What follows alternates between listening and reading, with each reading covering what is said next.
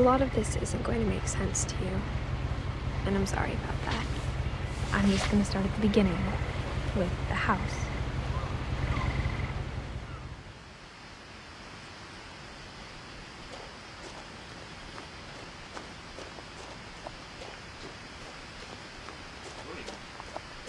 I lived here until I was 11, but I wasn't allowed inside half the rooms.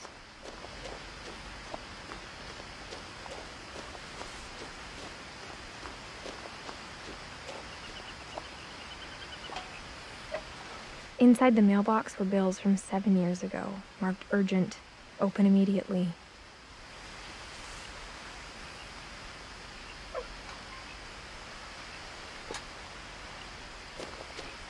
I hadn't been back since my brother Lewis's funeral.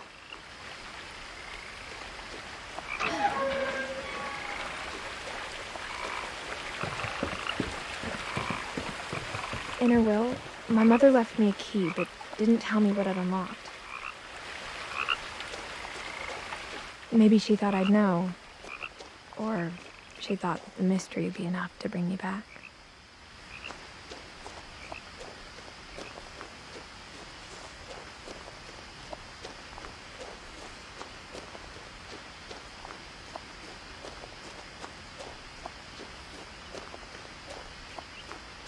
No one had driven this way in a long time, but I saw a few hoof prints.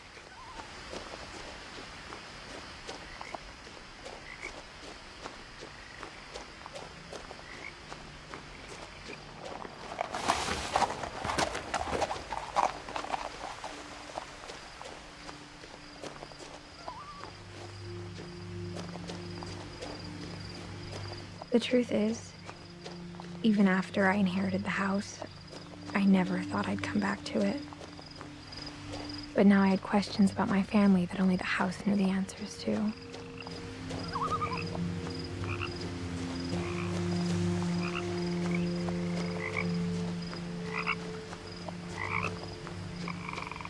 The house was exactly like I remembered it, the way I'd been dreaming about it. As a child, the house made me uncomfortable in a way I couldn't put into words.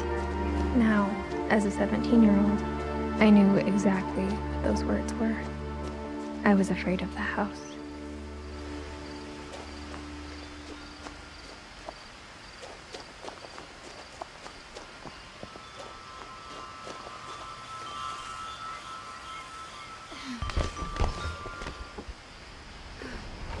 Crawling through the doggy door used to be a lot easier when I was 11.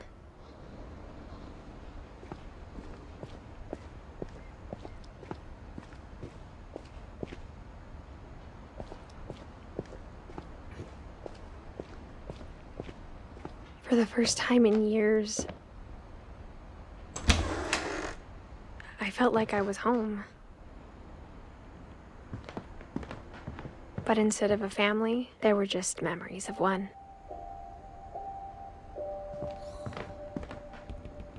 Like how only one restaurant would deliver to our house, so we had Chinese a lot.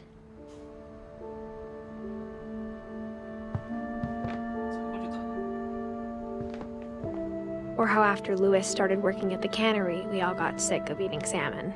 Except our cat, Molly.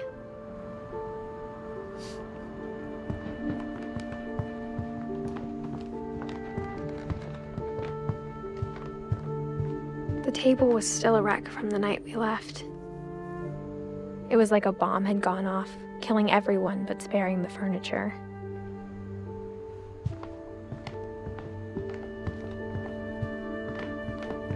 My mom was the only one of us who could imagine Great-Grandma Edie living in a nursing home.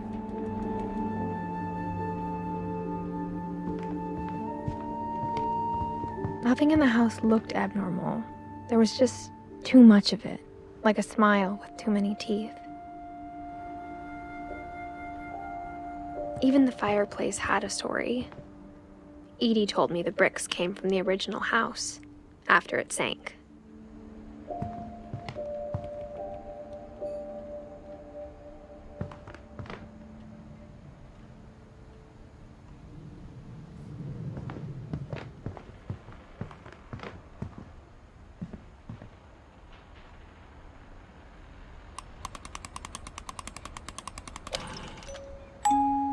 Great-Grandpa Sven built a music box for Barbara, along with the rest of the house.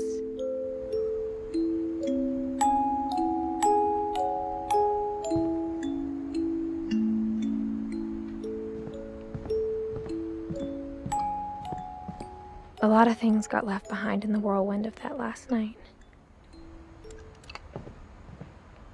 My mom wasn't much of an optimist, but she never stopped believing that my brother Milton was alive.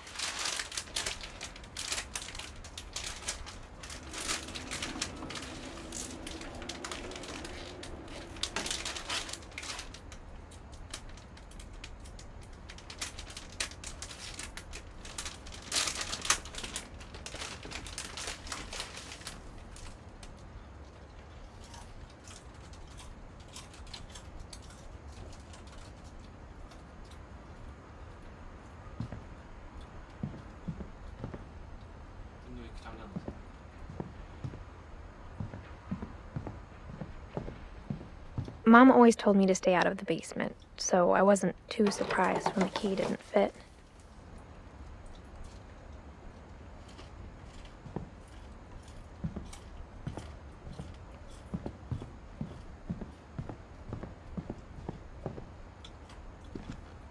After Milton disappeared, Mom sealed up all the bedrooms.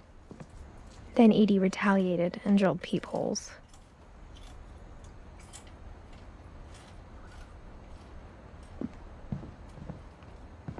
I spent a lot of time playing in Great Uncle Walter's room. I think my mom sometimes regretted not sealing it up. Louis told me there were secret passages, but I never believed him.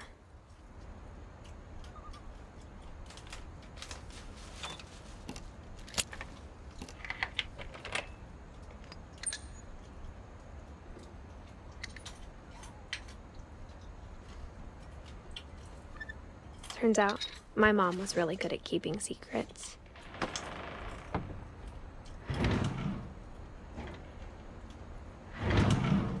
Now it was time to find out what my mom had been afraid of.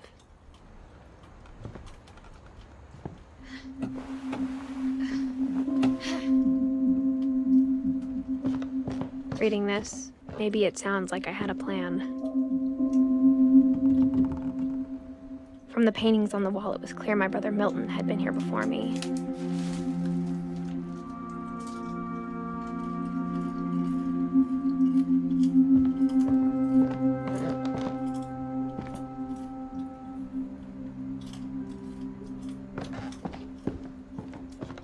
But I had no idea what was behind that door.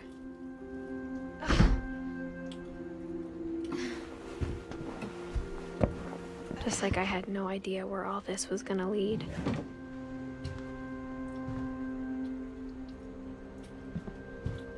I grew up looking at Molly's room through the peephole. Being inside for the first time, I felt like I'd stepped behind a painting.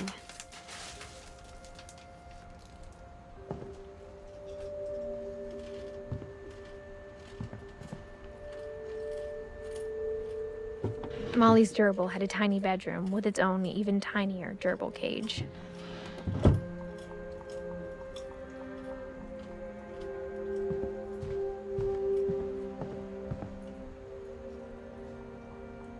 I got the sense Edie had spent a lot of time here.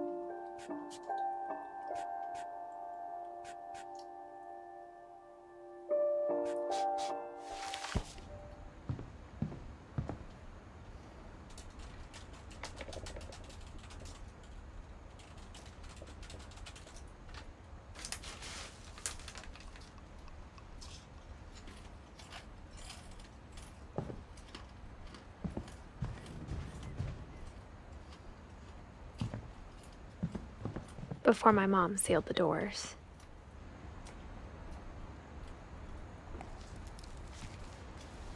December 13th, 1947. Dear Diary, I'll be gone soon, but I wanted to tell somebody about what's gonna happen. It started when Mom sent me to bed without dinner. I woke up and I was starving, so I looked around for something to eat. The gerbil food was dry, but I didn't mind it.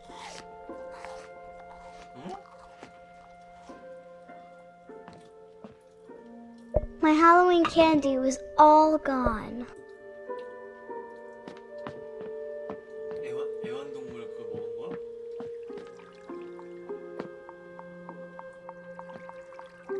I thought about eating Christopher, but I held back.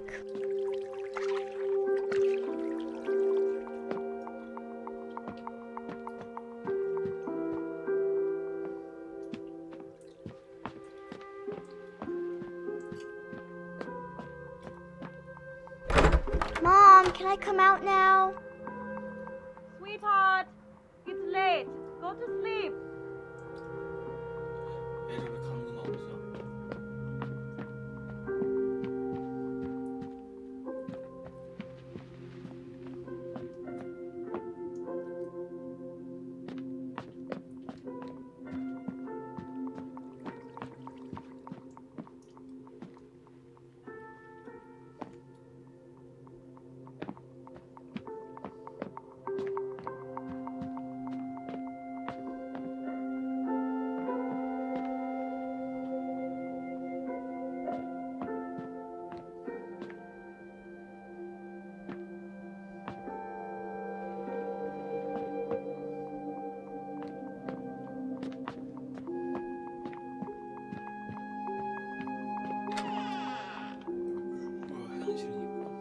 I kept eating and eating.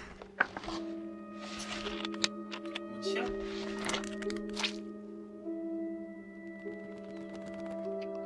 뭐 치약을 먹어?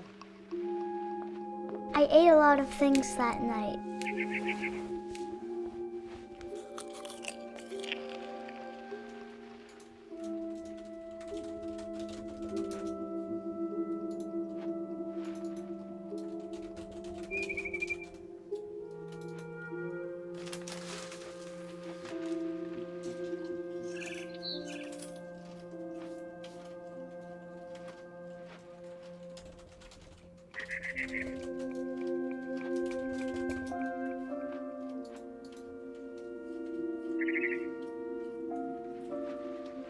변기물을 먹었나?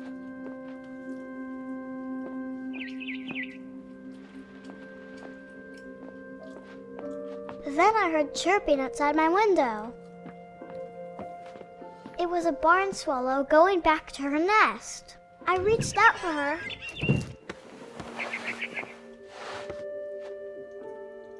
And suddenly, I was a cat. 고양이가 됐다고?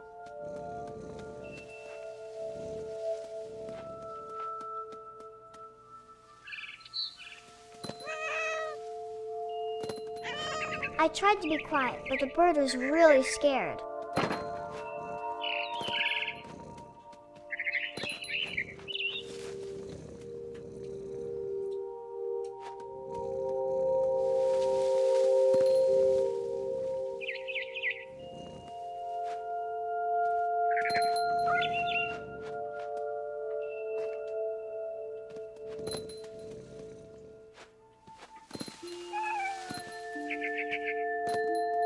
어떻게 고양이가 됐다고?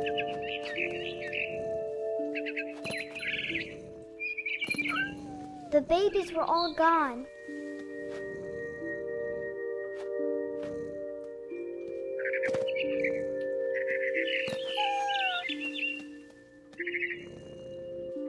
I jumped and I almost got her.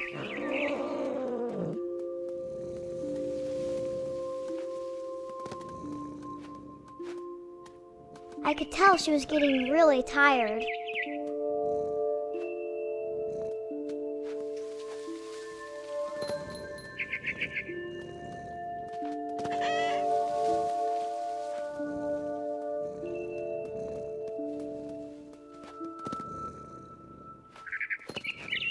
Now I was up in the big tree. I promised Dad I wouldn't climb it anymore. All I cared about was eating that mama bird. 문화세를 먹는 I gobbled her up.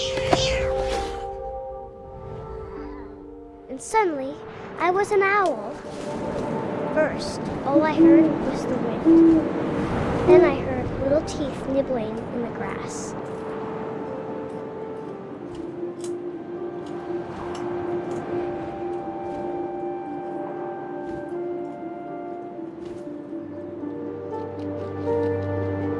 Rabbits.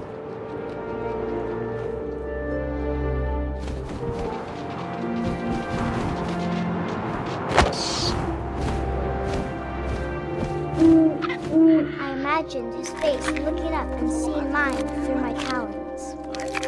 I swallowed him up, and I didn't chew one bit. Then I flew off to find something bigger.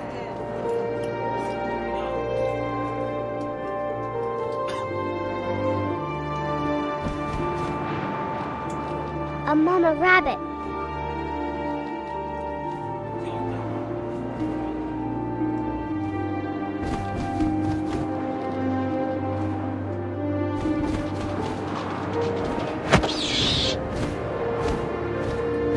She was almost too big to carry. I started choking, but I couldn't stop eating. And suddenly, I was a shark.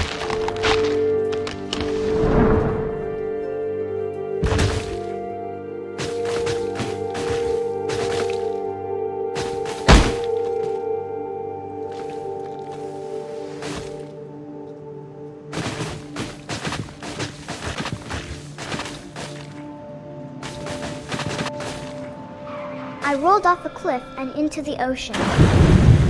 Now, I was hungrier than ever.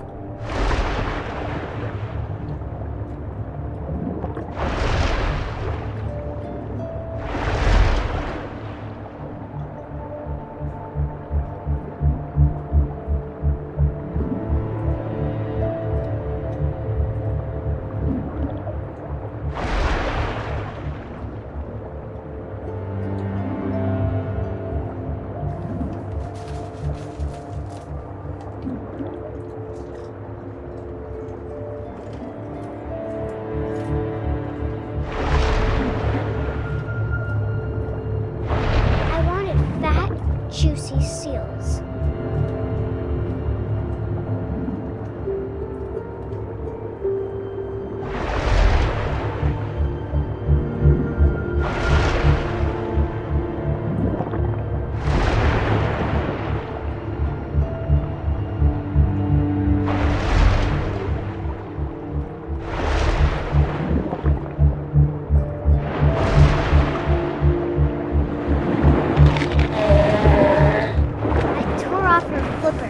Tasted really good.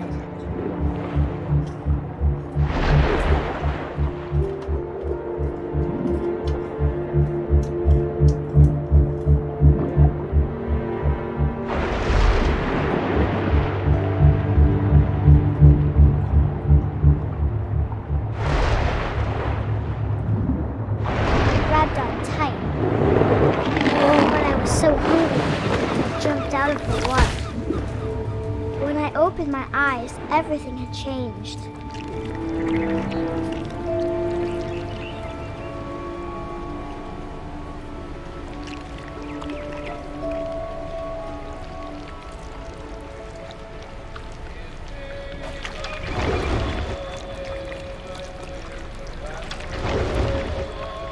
Now I was a monster, and I smelled people everywhere.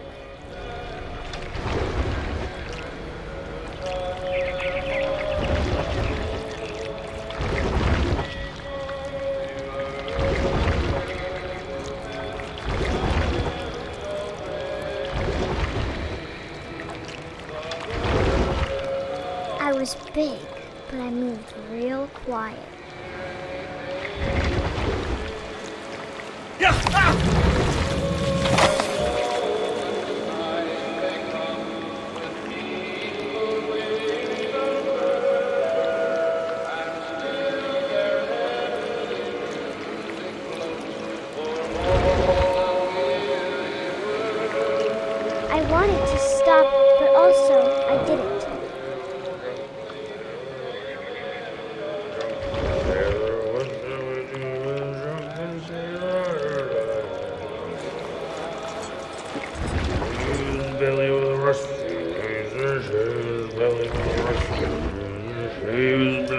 After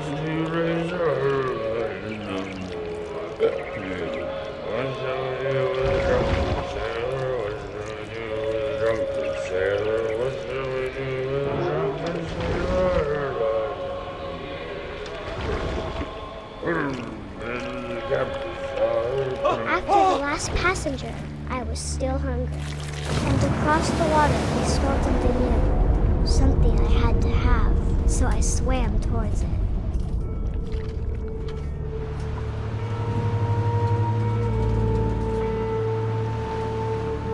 I slithered onto the sand, and the good smell went into an old pipe.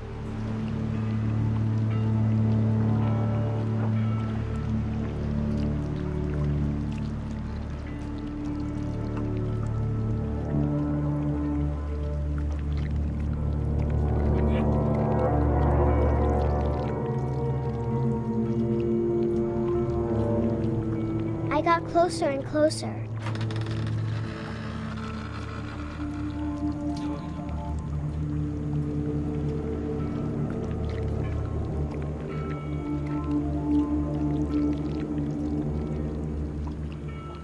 All of my stomach started growling. And suddenly, I was me again. I held my breath for a long time, but I couldn't hear anything. I think it's waiting for me to fall asleep. But it's not going to wait much longer. It needs to be, and we both know I will be delicious.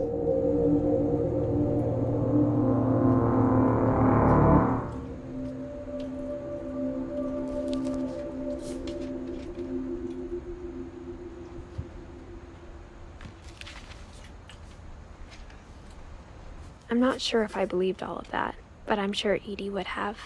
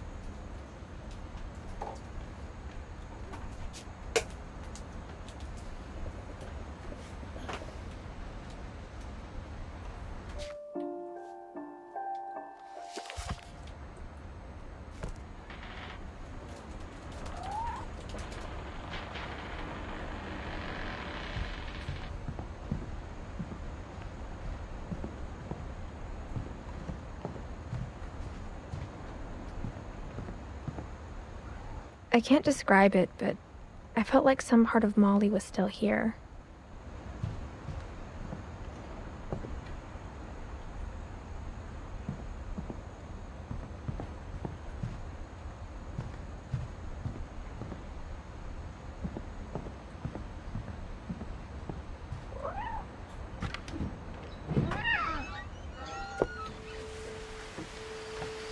This will be obvious later, but my mom never told me any of these stories.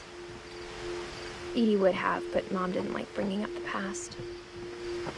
Though, when we adopted a stray kitten, she was the one who named it Molly.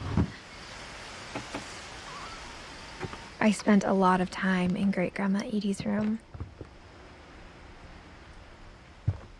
When Edie told people Sven was killed by a dragon, she could also have said he was building a dragon-shaped slide that collapsed. She could have, but she didn't. One summer, they evacuated the island, but Edie refused to go. For a few weeks, she was a celebrity. I hadn't thought of myself as Edith Jr. for a long, long time. Edie gave a big interview about a mole man living under the Finch house. My mom was furious.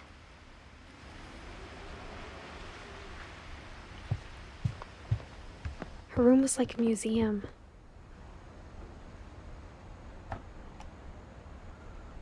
For 500 years, the Finches have been famous throughout Norway for their fortune and misfortune. Odin Finch buries the latest victims of the family curse, his wife Ingeborg and their newborn son, Johan.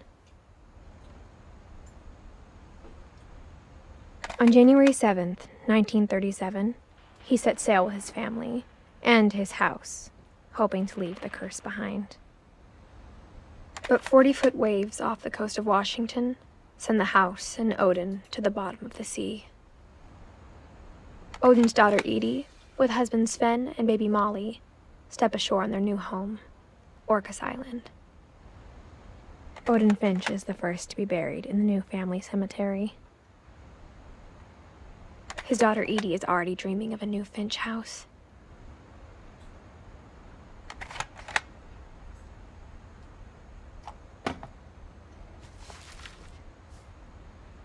Whatever's wrong with this family, it goes back a long ways.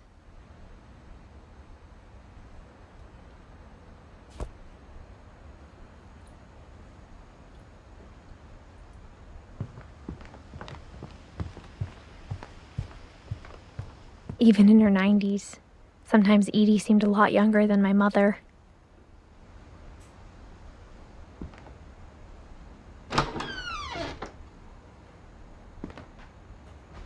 The only trace Grandpa Sam's first wife Kay left on the house was the pink bathroom.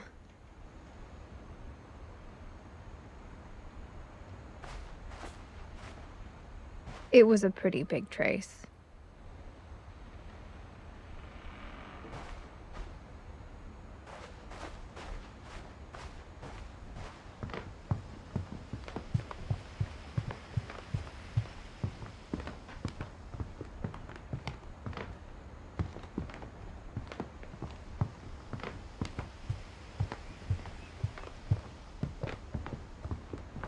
무슨 게임?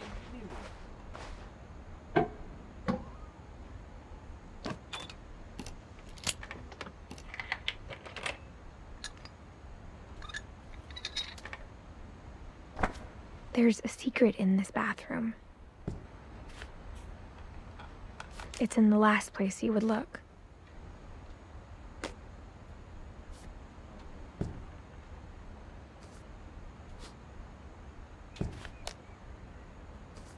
It isn't in the cupboard.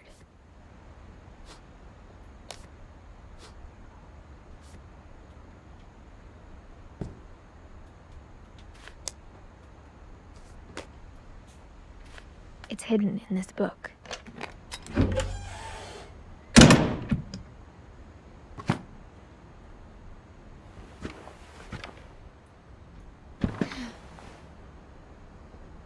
Sven gave Sam an old camera he'd refurbished. He never put it down.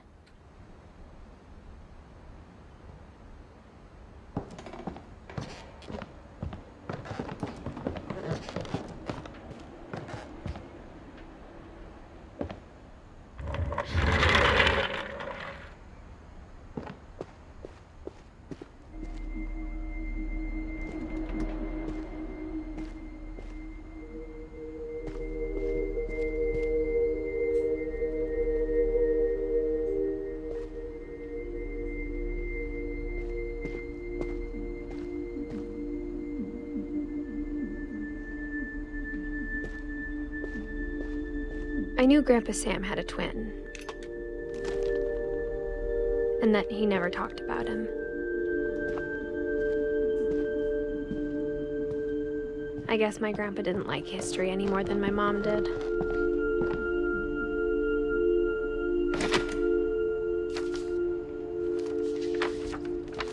How I Want to Remember My Brother by Sam Finch.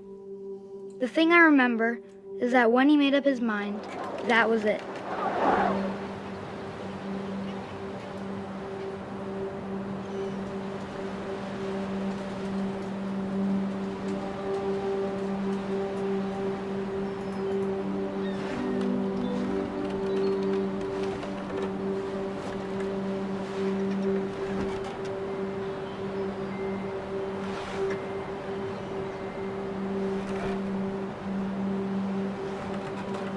My brother said he'd die before he ate another mushroom.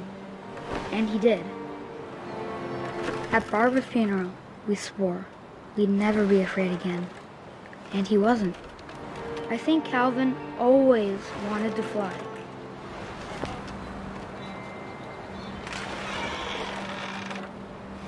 Sam! Calvin! Dinner's ready! Coming! But that day, he finally made up his mind to do it. I told him going around was impossible. Maybe if I hadn't said that, Calvin! I'm not gonna tell you again! maybe if the wind hadn't picked up, then maybe he'd still be here. But I doubt it. I think he'd already made up his mind.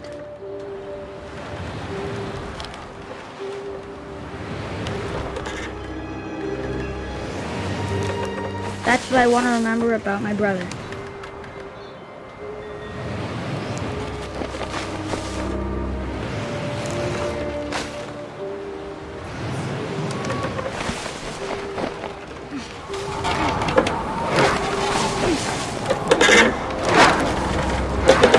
The day he made up his mind to fly, and he did.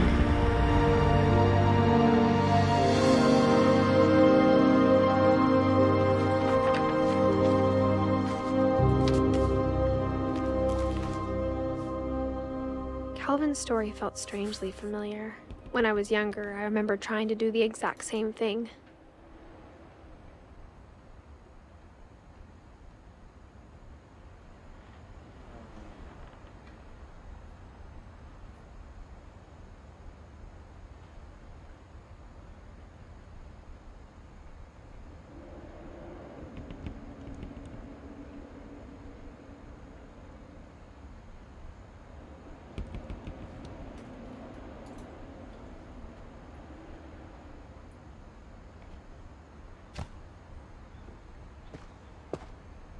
After the funeral, Edie roped off Calvin's half of the room.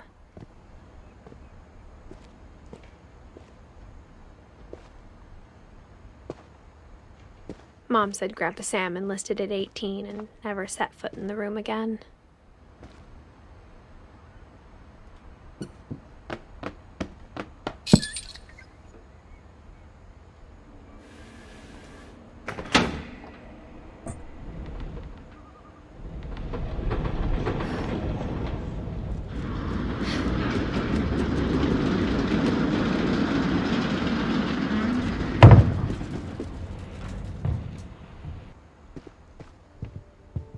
The passages were a pretty tight fit.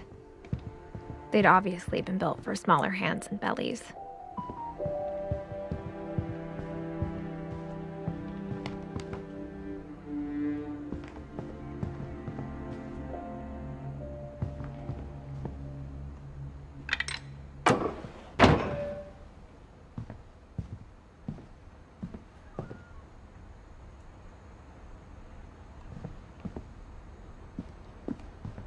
Whenever people ask me about my family, the first thing they always want to know about is Barbara.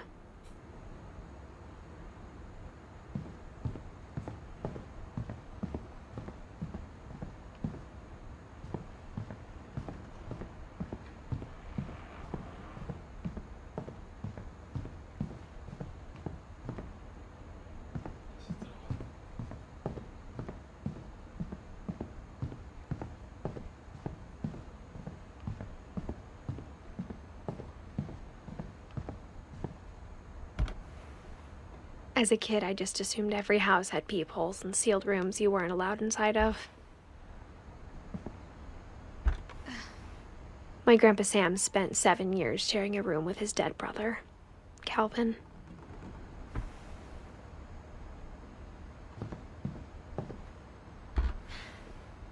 The last time I was in Edith Sr.'s room, I was 10 and she was painting my portrait.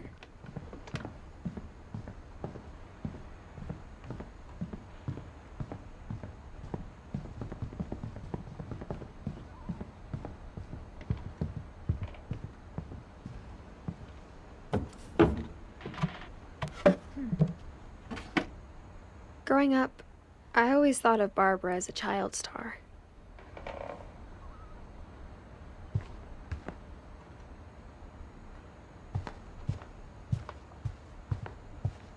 I never thought about how hard it must have been for her afterwards.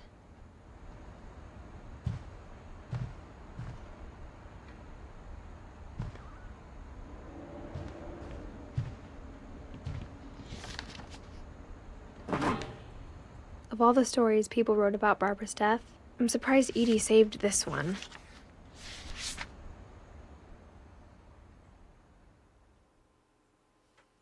Old Jack here with another ghastly tale inspired by America's most unfortunate family.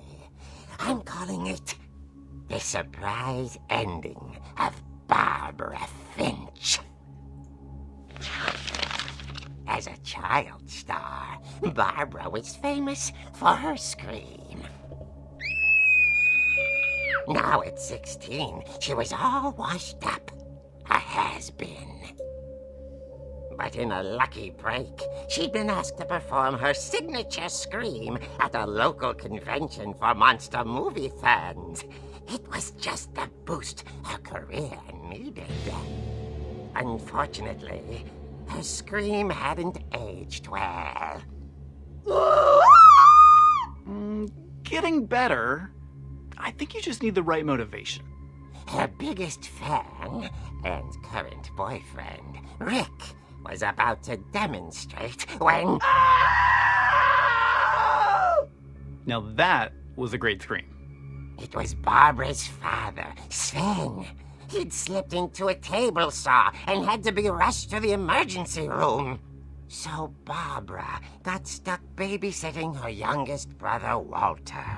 Her convention comeback was cancelled. Okay, I'm hearing frustration, but I'm not hearing terror. What if I tried... A gang of hoodlums in Halloween masks have been terrorizing Orcas Island tonight. Police are urging residents to... That came from the basement. You're right!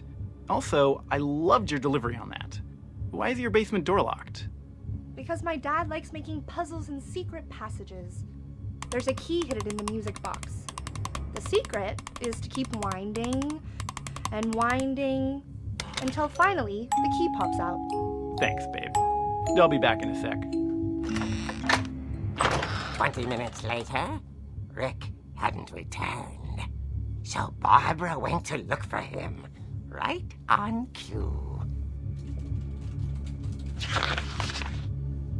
She reached for the music box. And as she wound the key, she listened for Rick, but the house was silent.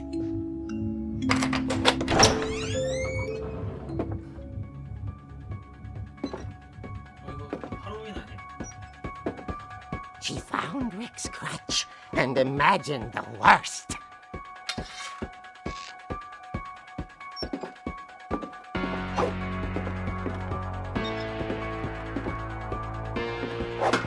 The gang's leader is the infamous Hookman killer, Dr. Carl Hamill, who impaled and then ate his family 10 years ago tonight.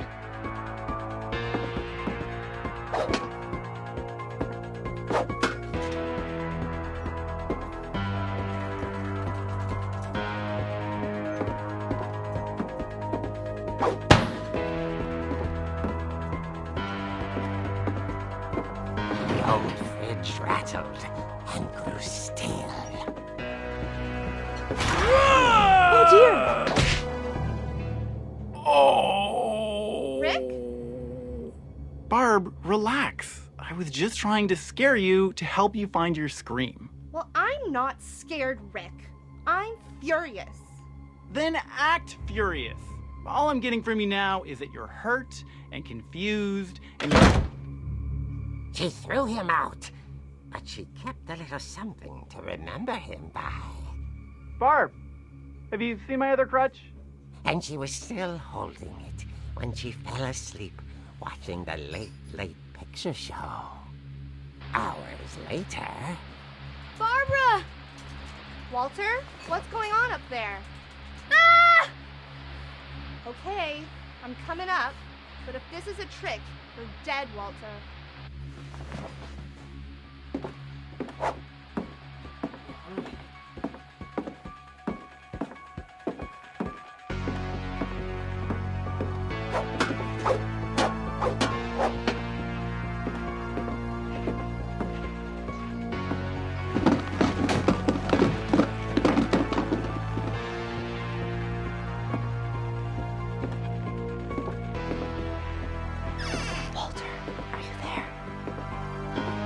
Walter had vanished, but his bedside radio was still on. Orcas Island police describe the man as 6 feet tall, with a steel hook for a hand. Residents are urged to lock all doors and windows and notify the police of any suspicious activity. Barbara turned, saw the hook man, and was speechless. He was quite smashing.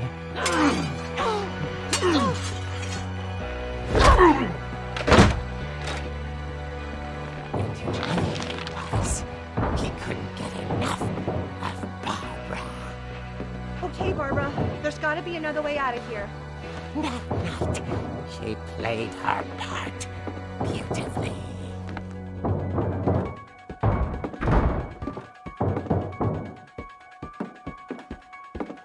Molly's door hadn't been opened in years. The hinges groaned.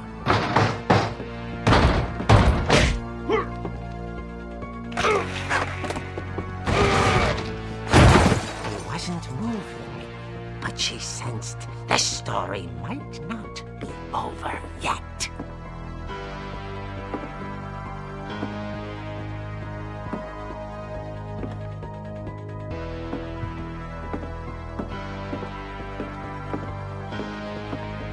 The hookman had vanished. She listened for his breathing, but all she heard was...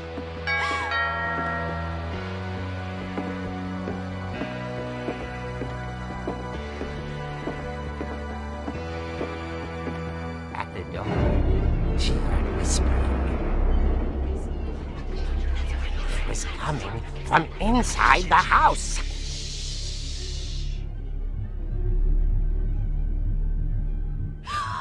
Oh dear. The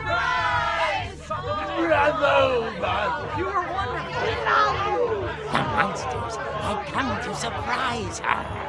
For Barbara, it was a dream come true. Then she saw what kind of monsters they were, and she realized what was about to happen. She was going to be famous. And with her final breath, Barbara Finch gave the performance of her life.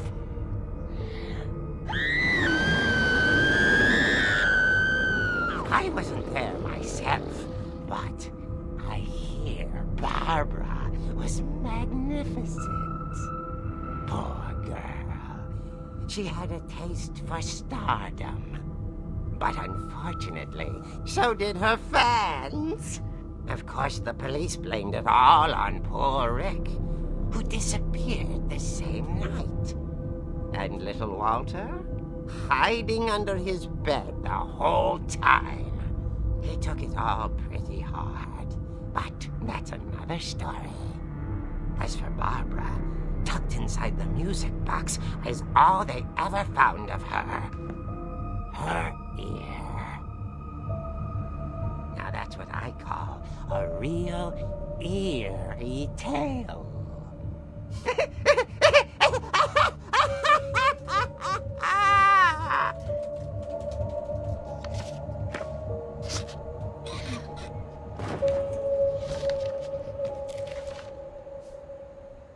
Edie told me all Barbara wanted was to be remembered, as absurd as that comic was. Maybe what Edie saw was a happy ending.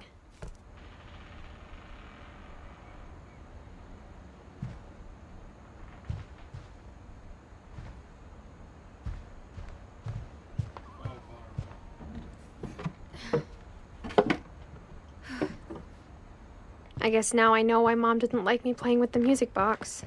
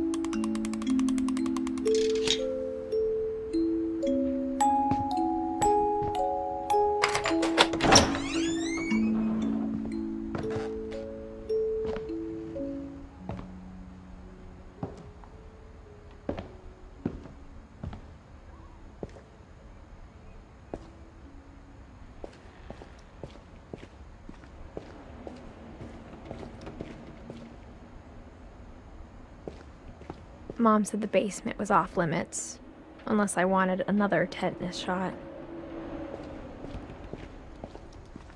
I saw Edie sneak down to the basement once, carrying packages. I thought maybe she was hiding presents. It turned out she was hiding a lot more than that.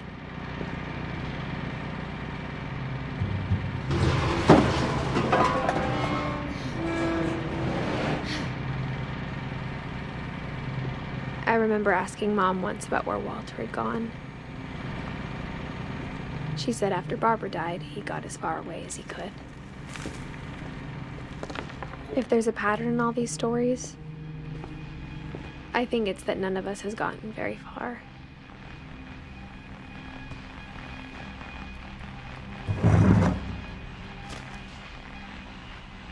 Goodbye, everyone. I can't believe I've been down here for 30 years. On that first day, after the shaking started, I didn't think I'd survive a week.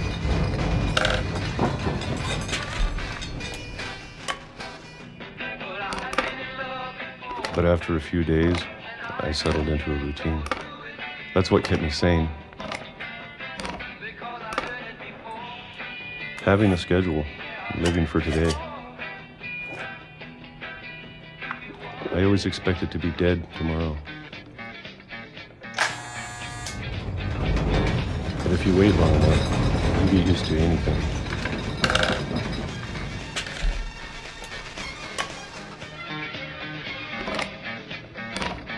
Even a monster on the other side of the door starts to feel normal. Almost friendly.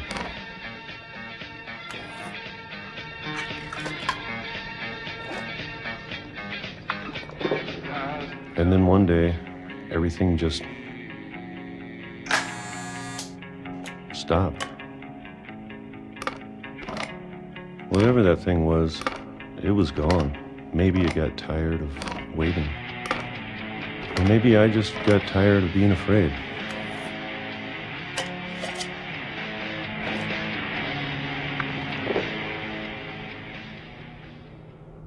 It's been a week now, the longest in 30 years. I'm done waiting. I have to leave while I still can.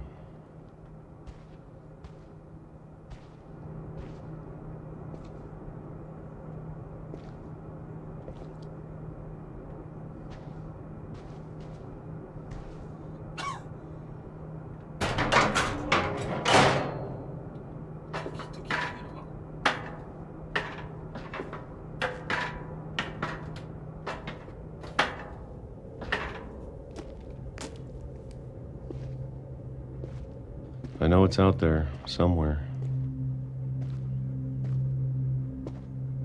Whatever killed Barbara and Molly and Calvin. Maybe this is all a mistake. But I need to stop living the same day, even if it kills me.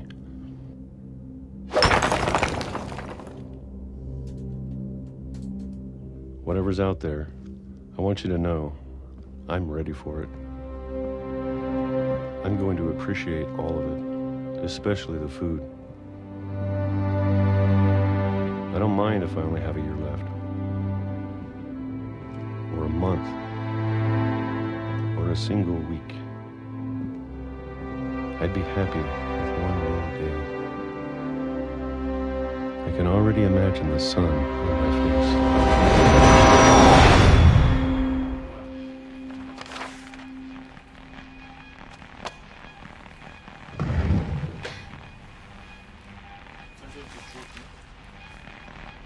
Walter died when I was 6. I can't believe my mom never told me he was down here.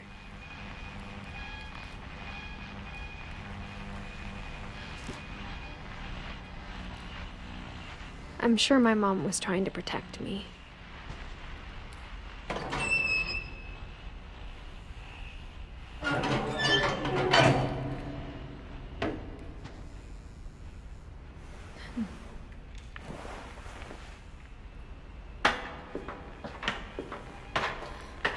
Maybe she was afraid I'd end up like Walter. But if she never told me about an uncle under the house, I can only imagine what else she was hiding. I don't want to make the same mistakes she made, trying to bury something that's still alive. Now that there's only one of us left, or maybe two, I thought it was time I heard the stories for myself and found out what happened to everyone else. But now I'm worried the stories themselves might be the problem.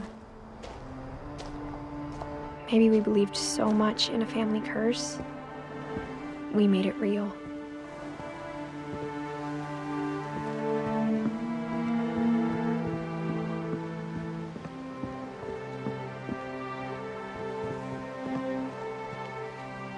I don't know if I should even be writing this.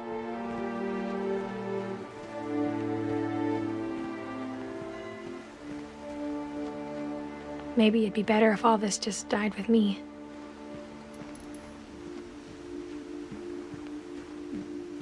But I thought you should know about your family.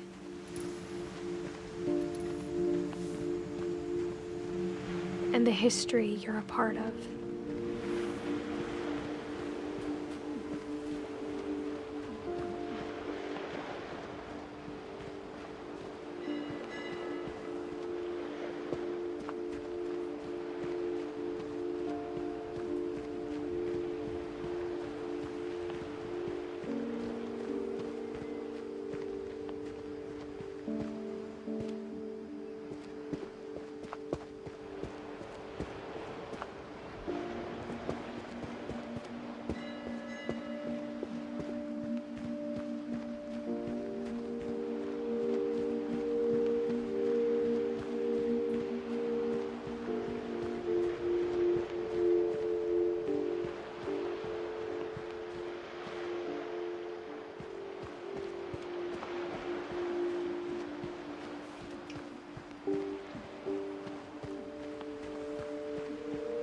Though to be honest, I feel as lost as you probably do right now.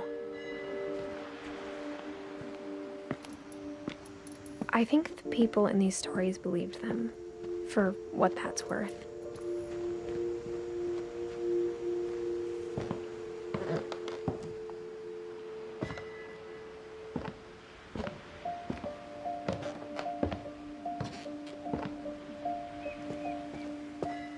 And when you look at the house, that history of imagination and stubbornness and madness, any of it seems possible.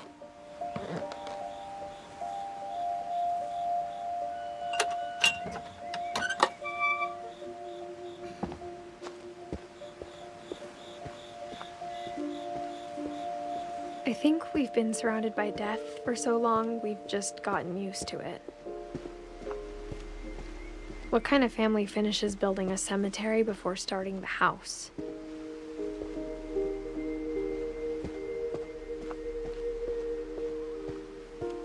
It's embarrassing for me to admit this, but the pet cemetery made me more uncomfortable than the human one. 3 of the gerbils were mine, and 2 had been my fault.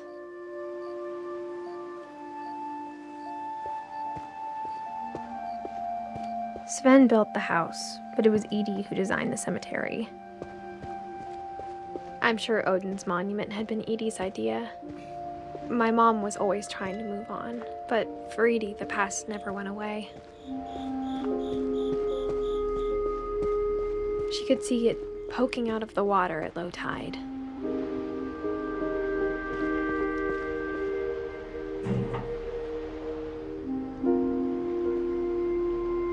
Edie said she dreamed about the old house every night.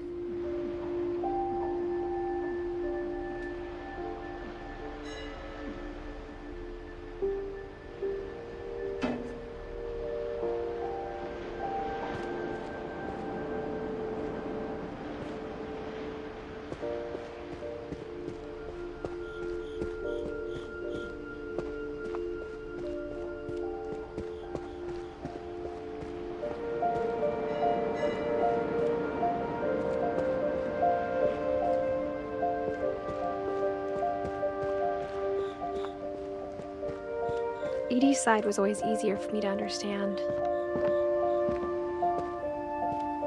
But the older I get, the more I can see where my mom was coming from.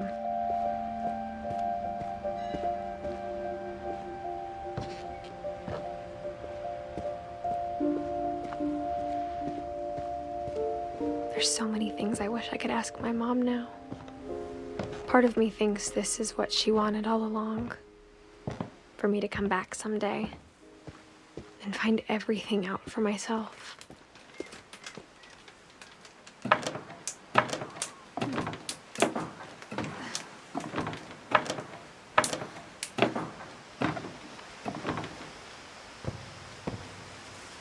But looking back on it now, if she told me there was going to be so much climbing, I never would have come when I was 22 weeks pregnant.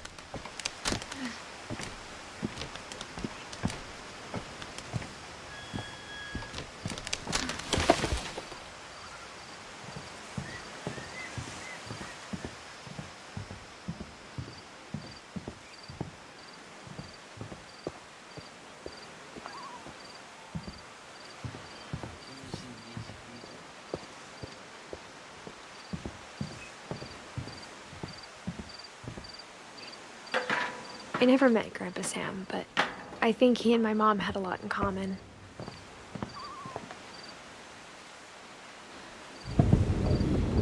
They were both pretty intense. Sam spent his life shooting photos, but Mom said he got nervous being in front of the camera. I guess we're all afraid of something.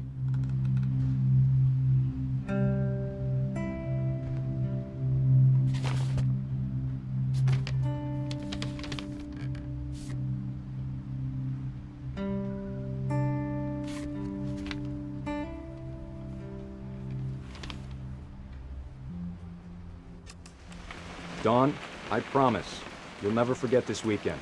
Yes, sir. These memories are gonna last a lifetime. Perfect.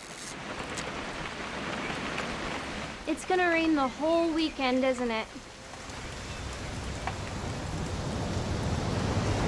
Please just take the damn picture.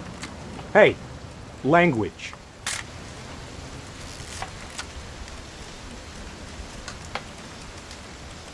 Did you want to get a picture of me or what?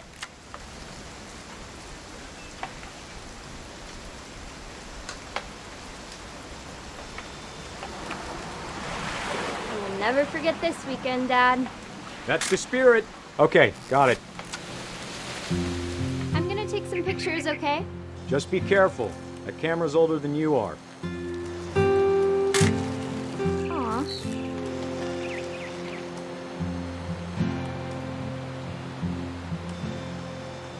You're right, Dad. It's starting to clear up. Still freezing, though. Definitely should not have drunk all that coffee. Hey! That's a keeper. I'm just saying, I'm not always gonna be here, Dawn. You'll need to remember this stuff, if you want to survive. I'll be fine, Dad. You know who else thought he was gonna be fine? Some guy who died. Dawn, I'm being serious. I know, Dad. You're always serious. Doesn't being out here make you want to chill out? Well, to tell you the truth, I haven't been out here in 20 years. Dawn, don't you think you could find something more interesting to photograph?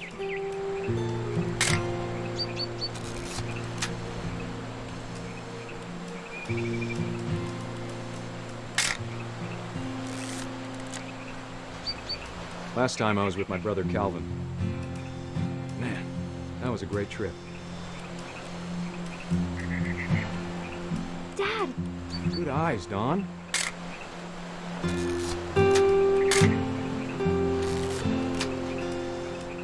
Before you take the shot, let me get a picture of you. Dad, I... Just breathe. Turn off your imagination. Focus on your target. Let me get behind you. Do I have to do this? Dawn, you don't have to do anything. But if you want to survive, you'll need to be strong. Great shot, Dawn!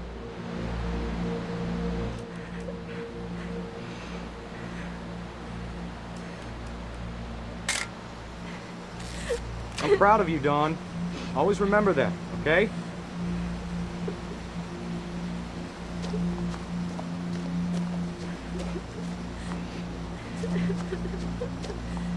Sorry, Dawn, just gotta reset the timer.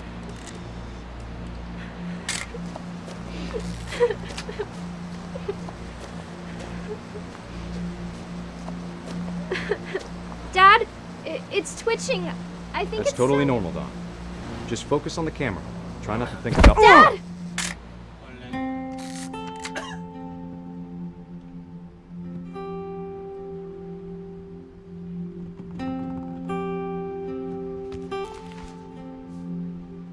Of all these stories, that's the one I wish most that my mom had told me.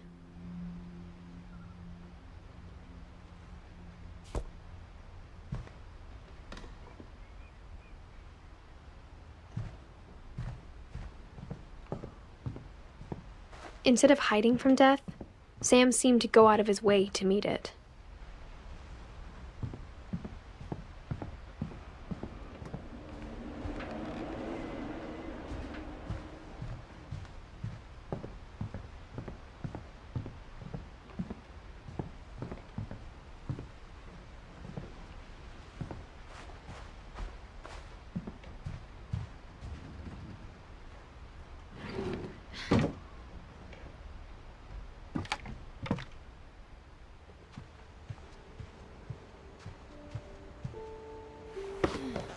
After Sam died, my mom and Edie got really close. They'd both lost a lot.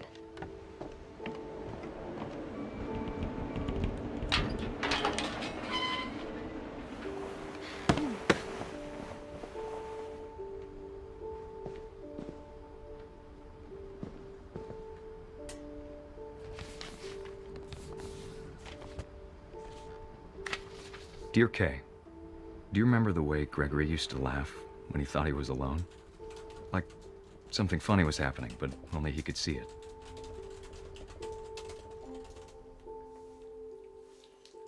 I think he saw things the rest of us don't.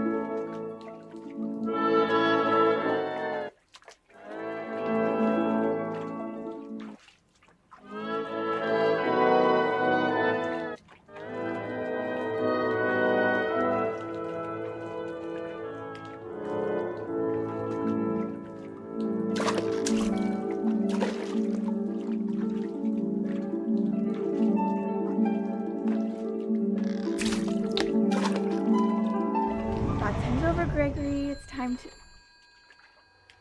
Hold on, sweetie. Hello? Sam, I told you I don't want to talk right now. I wonder what he saw.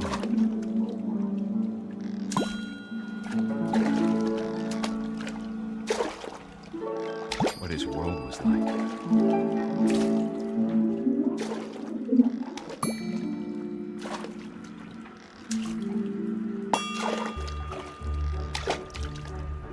Reminded me so much of Calvin.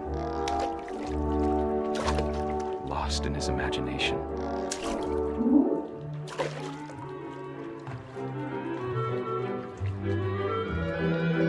Whatever it was, he saw.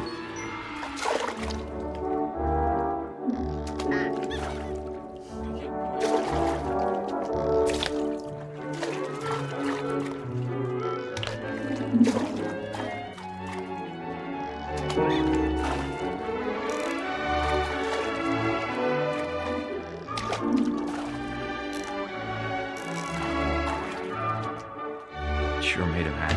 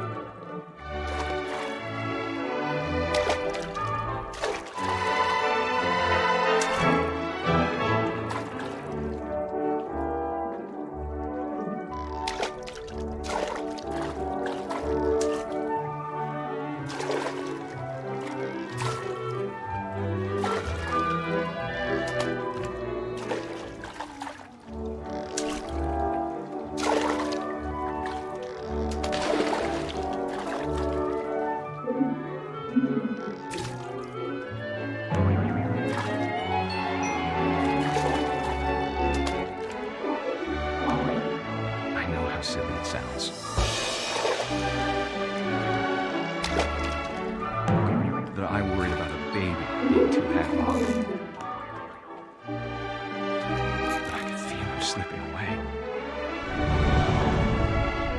Sorry about that, Gregory. I know you did everything you could. Maybe if I hadn't called that night. Damn it. Hold on, I don't want anybody to hear this.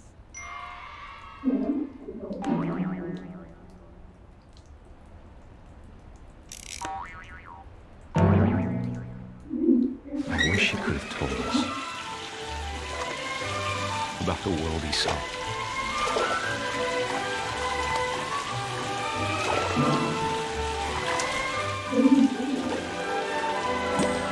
There's so much I don't understand about Gregory, about everything.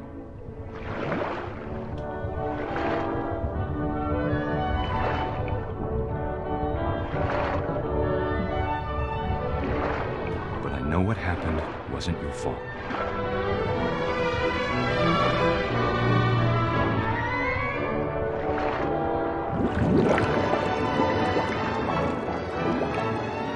I'm sure he's happy. And he'd want you to be happy too. Good luck, Kay. Love, Sam.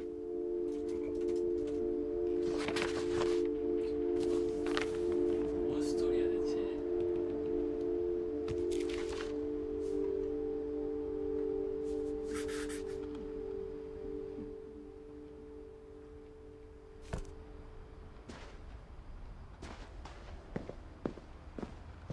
I can't imagine my mom ever writing poetry, and yet... A poem for Gus, who always said the wedding was a bad idea. Our father never hit us kids, at least not very hard, before the day my brother said with teenage disregard that he'd be dead before he'd see a wedding in our yard.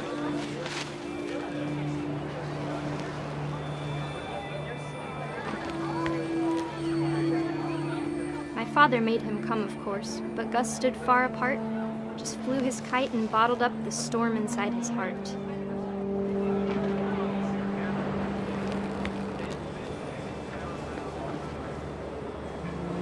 I tried to talk him out of it, but though he'd never met her, we don't need a stepmom were the words that I now pronounce you husband and wife. You may kiss the bride.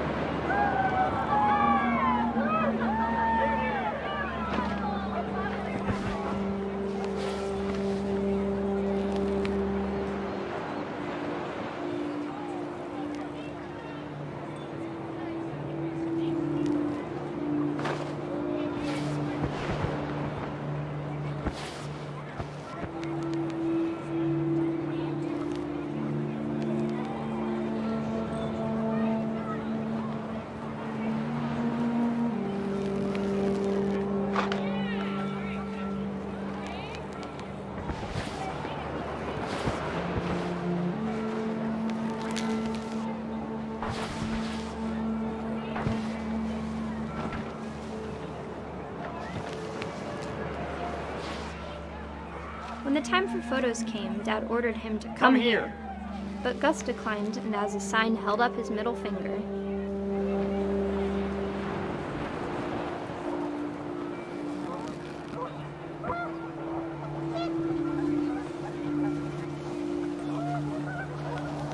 The wind picked up and panicked geese appeared and quickly went. But all the humans did that day was go inside the tent.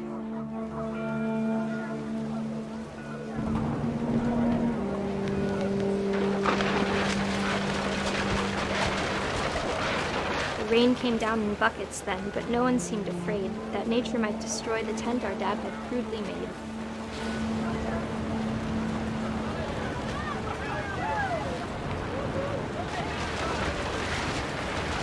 The thunder sounded much too close and full of angry power, but all my father said to this was, "Make the music louder."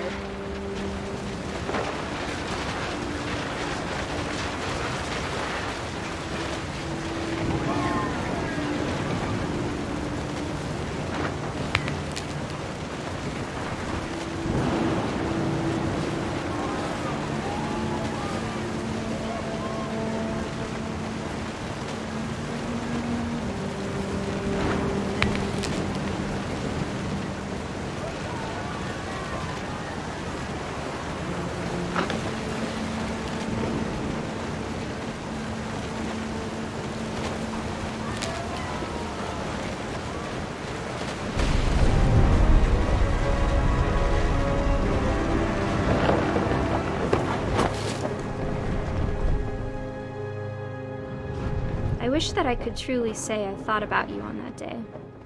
Out there on the beach alone, just you, the wind, the sea, and foam. But I didn't, until we found you.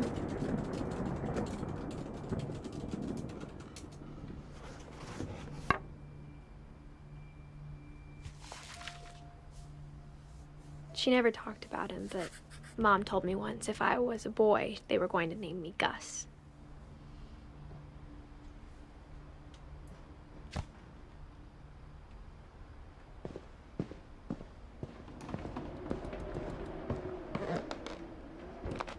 My mom moved up to the loft after her brothers died. At the time, it was as far away as she could get.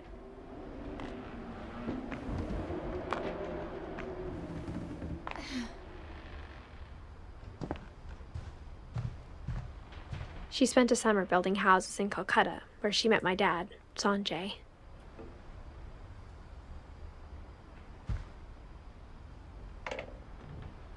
My mom moved to India a week after graduation and got a job teaching English.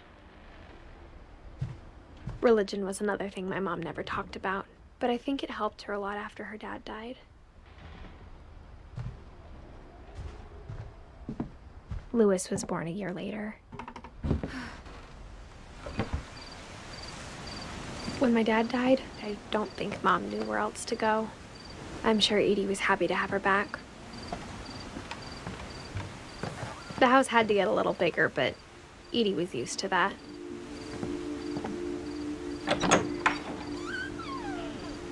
And for a while, things were good, almost normal. But it didn't last. The beginning of the end was Milton's 10th birthday, when Edie gave him a castle.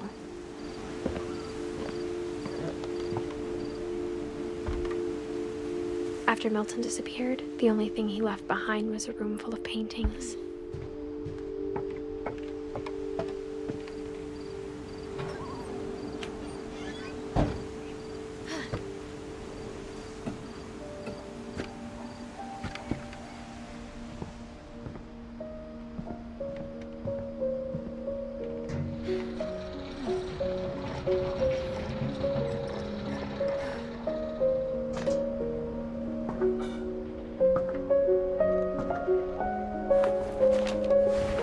Milton Finch in The Magic Paintbrush.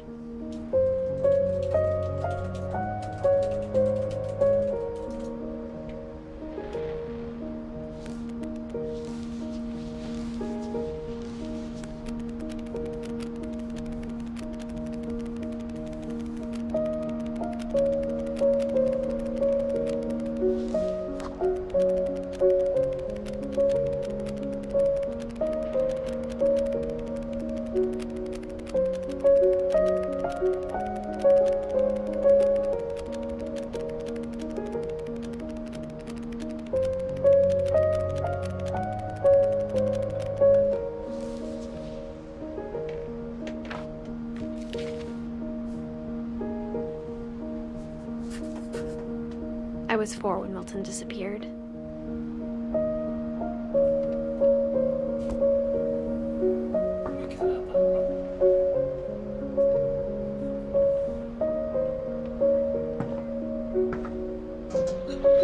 Mom spent months searching for my brother. Then she sealed the doors.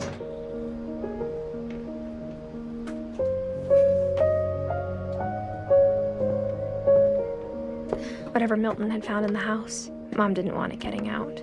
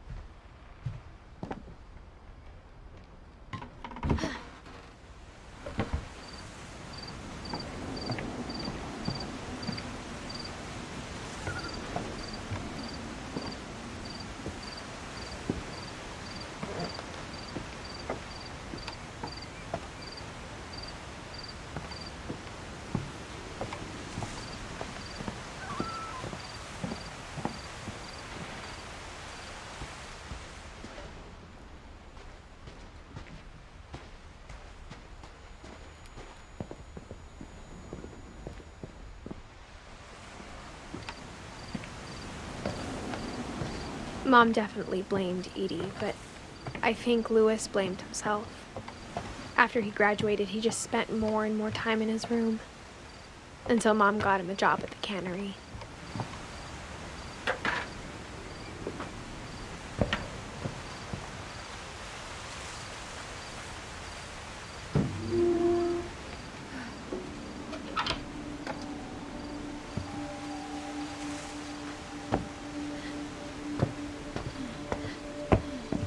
Louis's room smelled very, very familiar.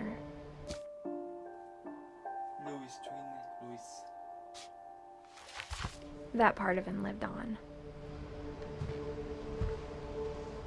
Louis and I spent a lot of time playing games together, but he was surprisingly bad at them. He died a lot.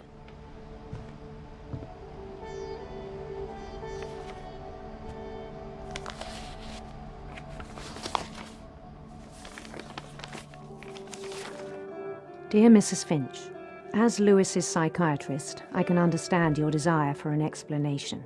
As I see it, the trouble began in January, shortly after we convinced your son to seek treatment for substance abuse. Newly sober, I believe Louis first noticed the monotony of his daily life.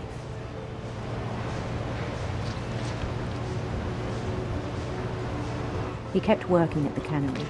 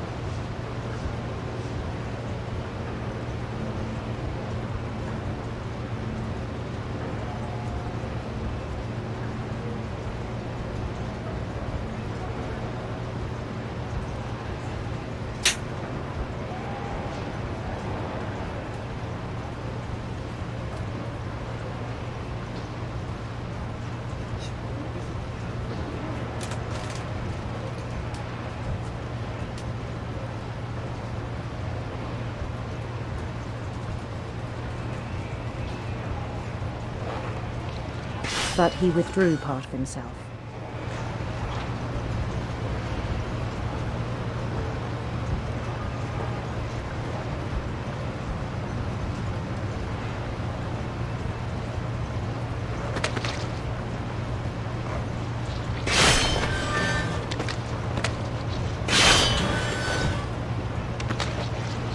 In our sessions, I saw the same behavior. His mind began to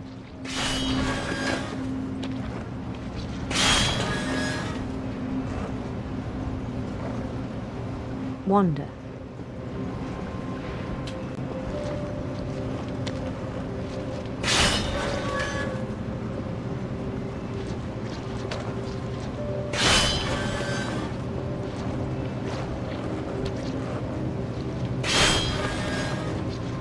I asked him to describe it. He said he started small, imagining a labyrinth.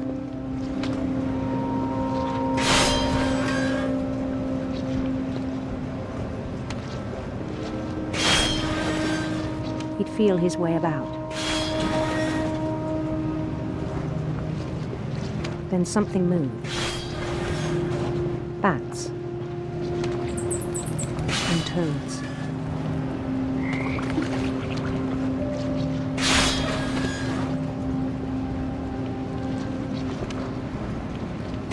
And things that have not names. He knew it was all in his head.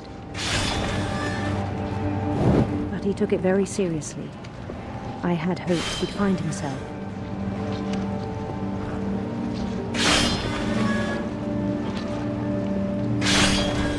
But he found something more. I worried about him then. Daydreaming at the cannery.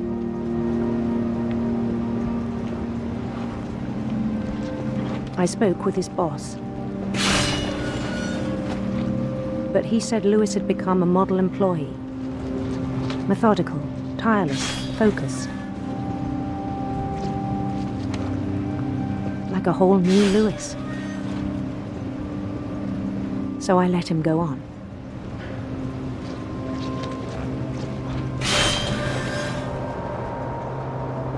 I even encouraged him. It seemed very promising at first. He told me he'd made a new friend.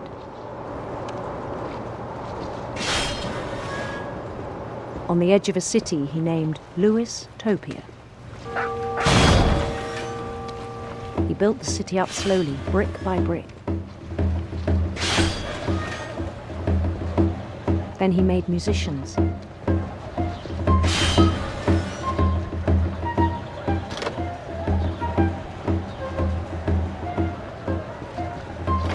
And songs for them to play. He talked about starting a band. And he was always humming something. Every day his imagination grew stronger.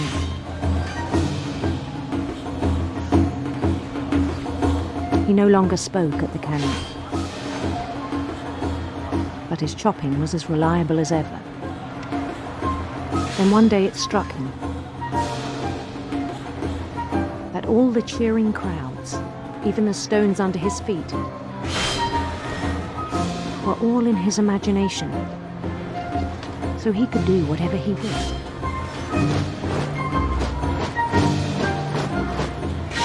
He held an election for mayor.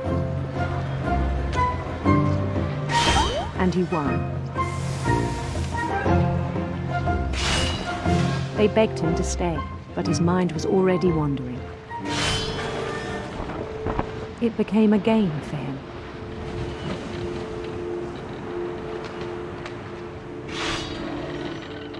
He'd conquer a city, then immediately push on. New Louisville. St. Louis. He started drifting away from our reality.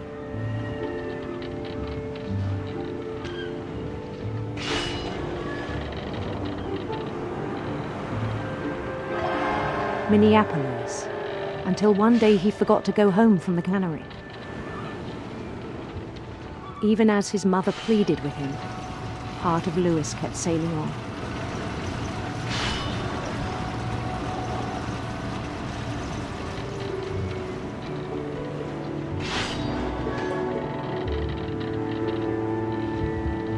In Lewisburg, he heard rumors of a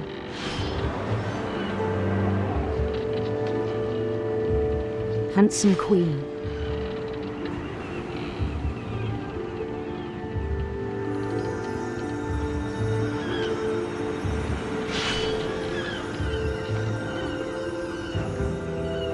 The queen was on her own quest for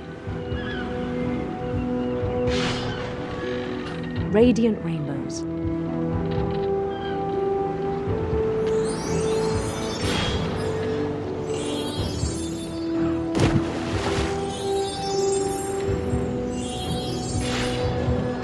He followed the sound of her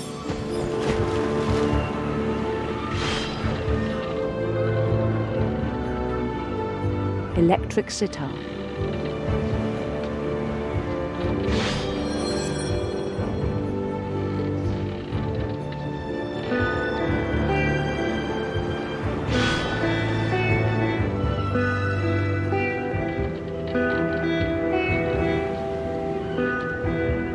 His chase led him to a golden palace east of the sun and west of the moon. Even then, his logic remained sound.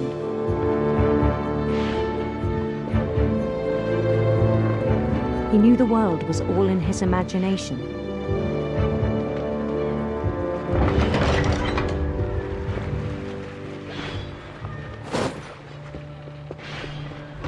But he was so proud of having created it.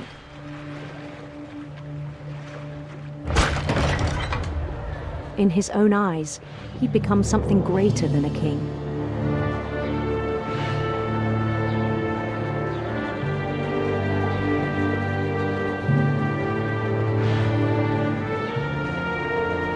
someone who'd never known success in the real world, I think it was overwhelming. And then it struck him that the real Lewis was not the one chopping salmon, but the one climbing the steps of a golden palace.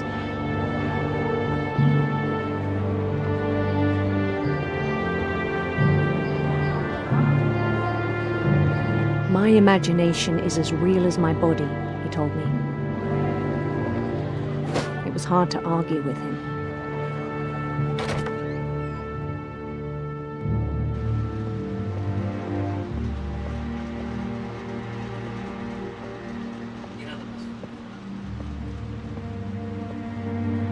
He began to forget the world we know.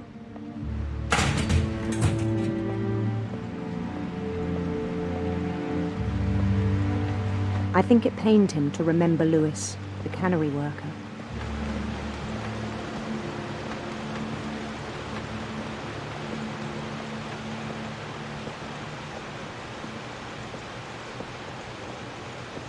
He began to despise the man with a royal contempt.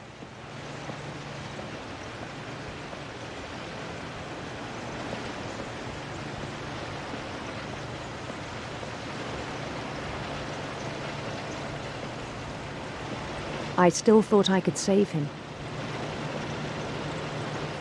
Even after he said he was being crowned king over all the lands of wonder. The palace would be packed with his companions.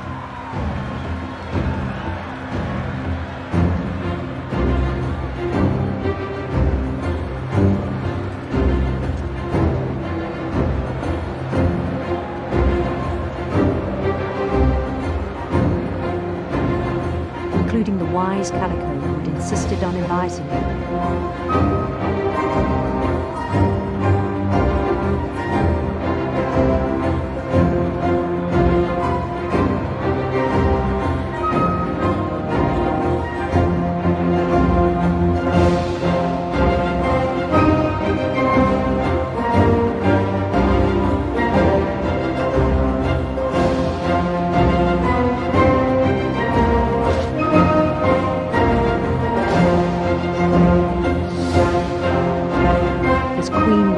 Holding his crown.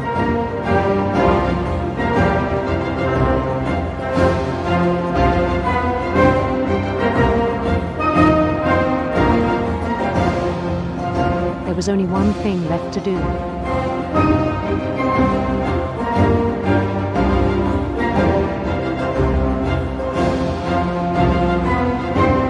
Bend down his head.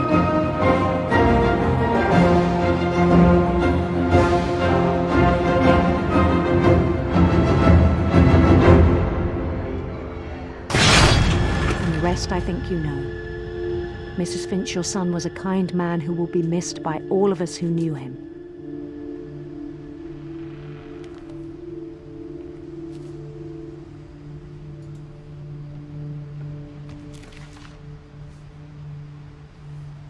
My brother was really cool. I wish you could have met him.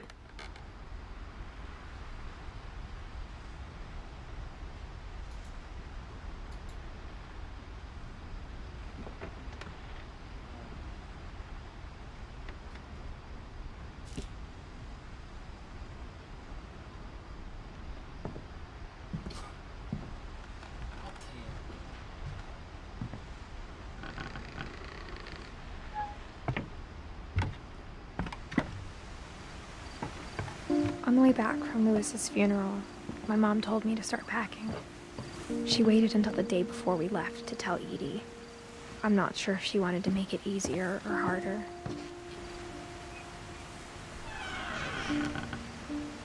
I wish we'd stayed. But I understand why we left. My mom ended up leaving everything behind. What happened that night had been coming for a long time. Maybe it should have come sooner.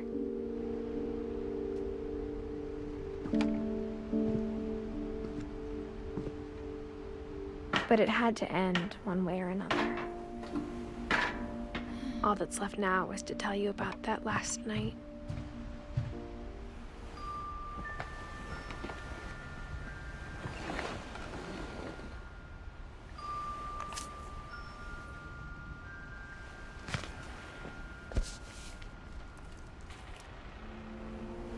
That whole last day, Edie just watched us pack and didn't say a word. Until supper, when she raised her glass and said, "To our final night together, and all our final nights apart." Grandma, you know what I said about alcohol.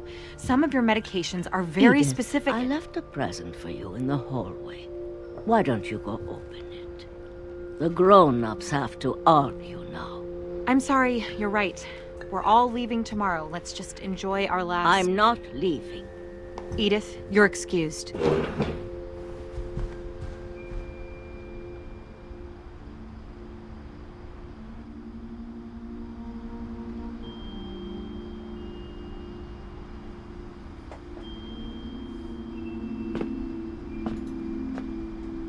The power had been shut off that morning, but Edie always had plenty of candles. When my mom sealed the library, I don't think she knew about the other entrance, or that Edie had a key to it.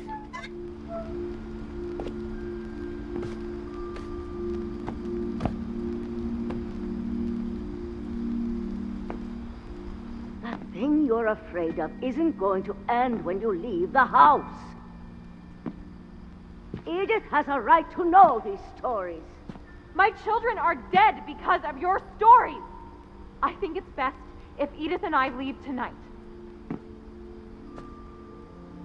We'll have the nursing home send a van for you in the morning, okay?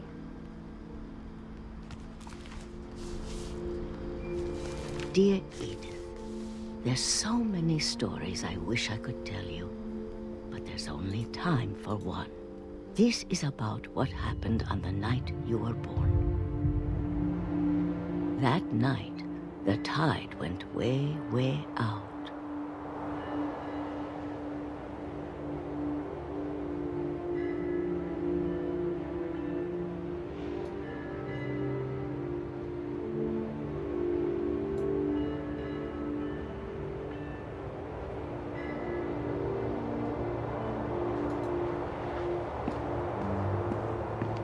It was the first and last time I ever saw the old house aground.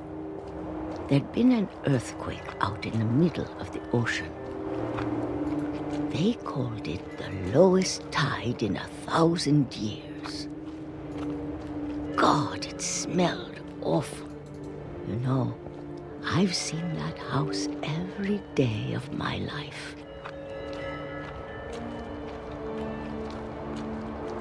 I never thought I'd go back to it. When the fog rolled in, I lost my way.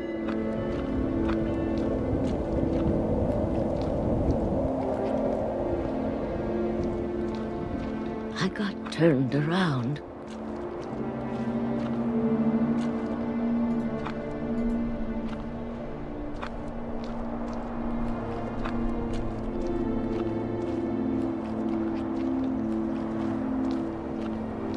I started seeing things.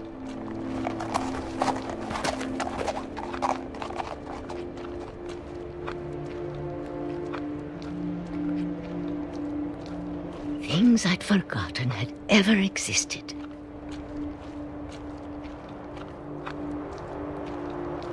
But when I saw them, they felt like old friends. That night, a lot of things came back to me. Or maybe I came back to them.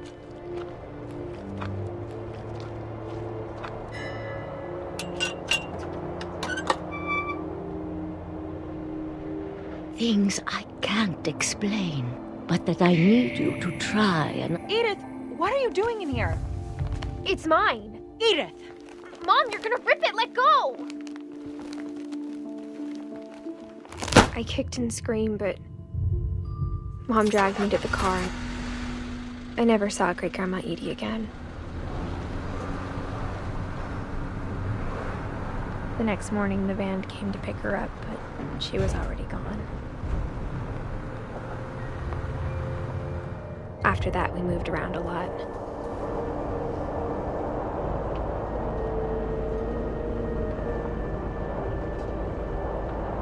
We both tried to make the best of it.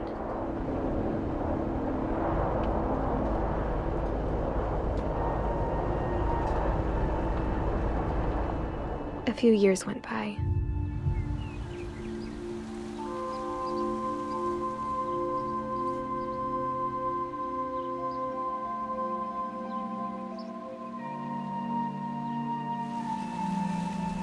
My mom didn't like to talk about it, but she started getting sick a lot. The rest happened pretty quickly.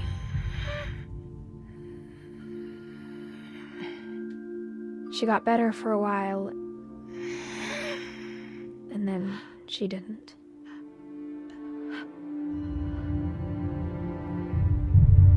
And then I was alone. The last Finch left alive.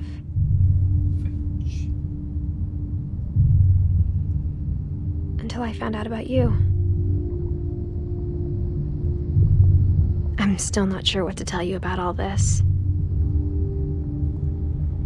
If we lived forever, maybe we'd have time to understand things. But as it is, I think the best we can do is try to open our eyes. And appreciate how strange and brief all of this is. This journal was supposed to be for you. But now I hope you'll never see it. I just want to meet you and tell you all these stories myself. But I guess if you're reading this now, things didn't work out that way.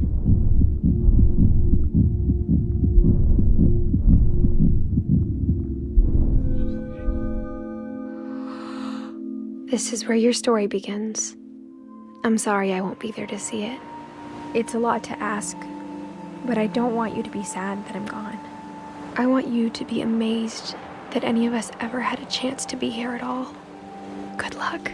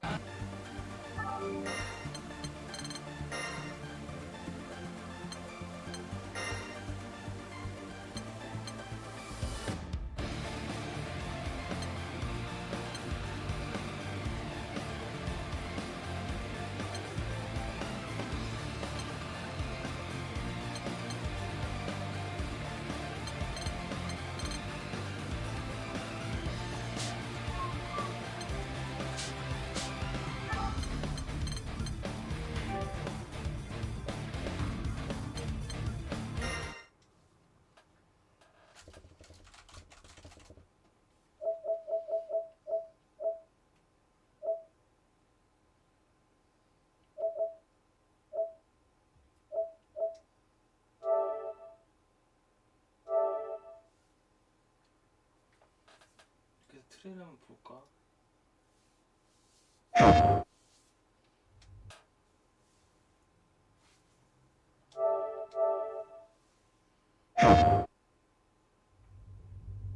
Hey now. Think positively, all right? We talked about this. I know. We hardly talk about anything else.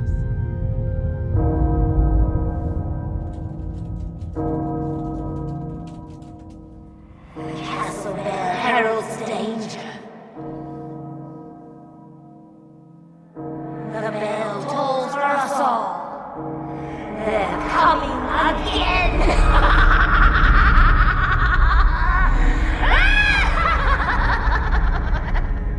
Mother Miranda, I regret to inform you that Ethan Winters has escaped that fool Heisenberg. Because he is in my castle and has already proven too much for my daughters to handle. When I find him... No, Mother Miranda. Yes, of course, I understand the importance of the ceremony. I won't let you down.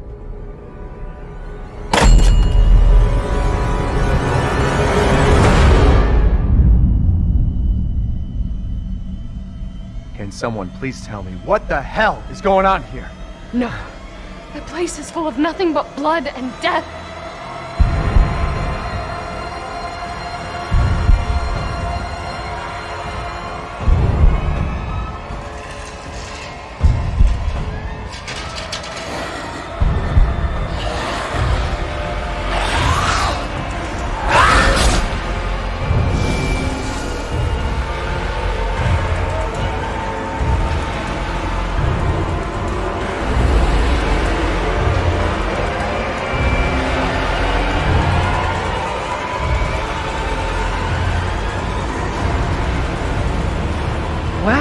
Well, Ethan Winters. There you are.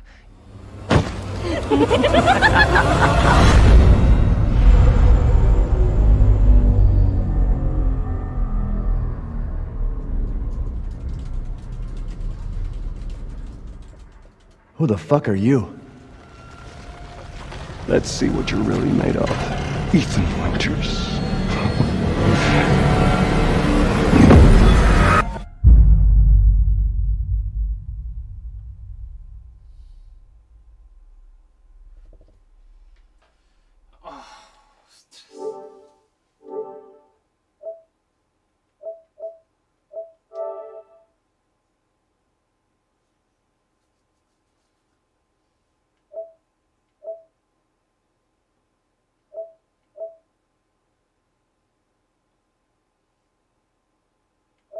바이오뮤턴트.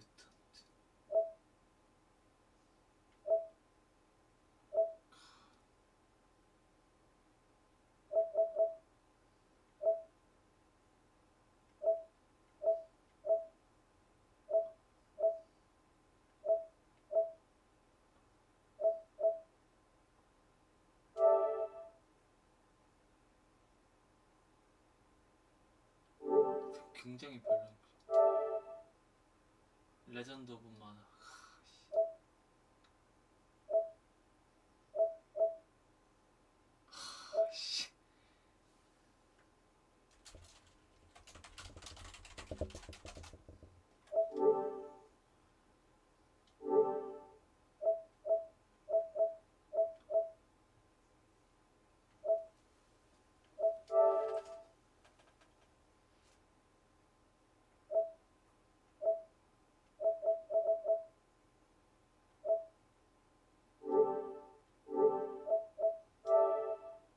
게임 존나 비싸네.